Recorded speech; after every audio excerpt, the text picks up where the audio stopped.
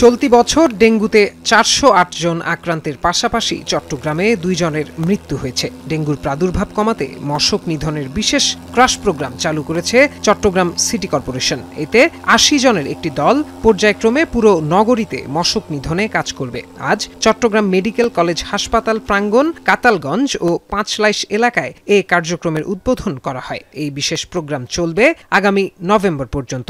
এর পাশাপাশি মশক নিধনে নিয়মিত যে কার্যক্রম, সেটিতে ২৬০ জনের বেশি জনবল নিয়ে রুটিন কার্যক্রম পরিচালনা করবে চসিক। আমরা প্রোগ্রামটা আজকে শুরু করছি যাতে করে ব্যাপক আকারে আমরা জনগণের মাঝে এই গণসচেতনতা যাতে বৃদ্ধি করতে পারি। তো পাশাপাশি আমাদের তো কোভিড, ওমিক্রন, এই যে XBB এখন প্রকোপ বৃদ্ধি পাচ্ছে, সে ব্যাপারেও যাতে সবাই মাস্ক পরিধান করে, এই জন্য আমরা এটার জন্য প্রোগ্রাম অলরেডি শুরু করেছি এবং এটা চালিয়ে যাব।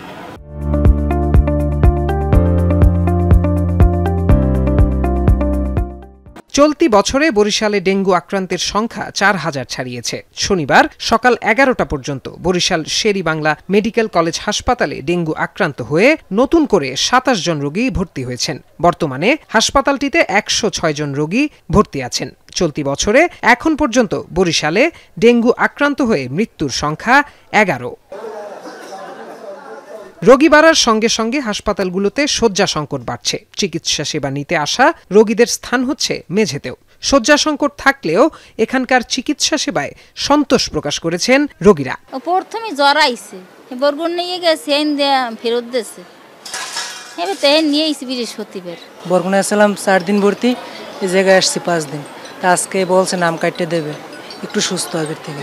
প্রথম দিন টেস্টের দিছে, দেওয়ার পরে খাওয়া দাওয়া পরে দিয়েছি, কালকে টেস্ট করাইছি, আগের থেকে বাড়তে ৩৫,০০০, এখন রোগী মোটামুটি সুস্থ আছে। ডেঙ্গুর হটস্পট হিসেবে চিহ্নিত হয়েছে বরিশালের জেলা বরগুনা। জেলায় নতুন করে ডেঙ্গুতে আক্রান্ত হয়েছেন ৬৮ জন। এ নিয়ে বরগুনায় মোট আক্রান্তের সংখ্যা দাঁড়ালো ২৭৭৯ জনে। সবশেষ শনিবার সকালে পাথরঘাটায় ডেঙ্গু আক্রান্ত হয়ে এক নারীর মৃত্যু হয়েছে।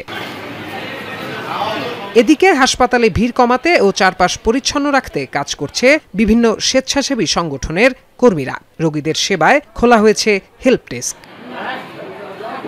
কুমিল্লাতেও বাড়ছে ডেঙ্গু আক্রান্তের সংখ্যা। প্রতিদিনই আক্রান্তের সংখ্যা বাড়লেও মশক নিধনে নেই দৃশ্যমান পদক্ষেপ। কর্পোরেশন ও পৌরসভার উদাসীনতায় এডিস মশার বিস্তার বাড়ছে শহর থেকে গ্রামে। শুধু দাউদকান্দি উপজেলাতেই ডেঙ্গু আক্রান্তের সংখ্যা ২,০০০ ছাড়িয়েছে। মৃত্যু হয়েছে ৬ জনের। তারপরও প্রশাসনের নীরব ভূমিকায় প্রশ্ন তুলছেন স্থানীয়রা।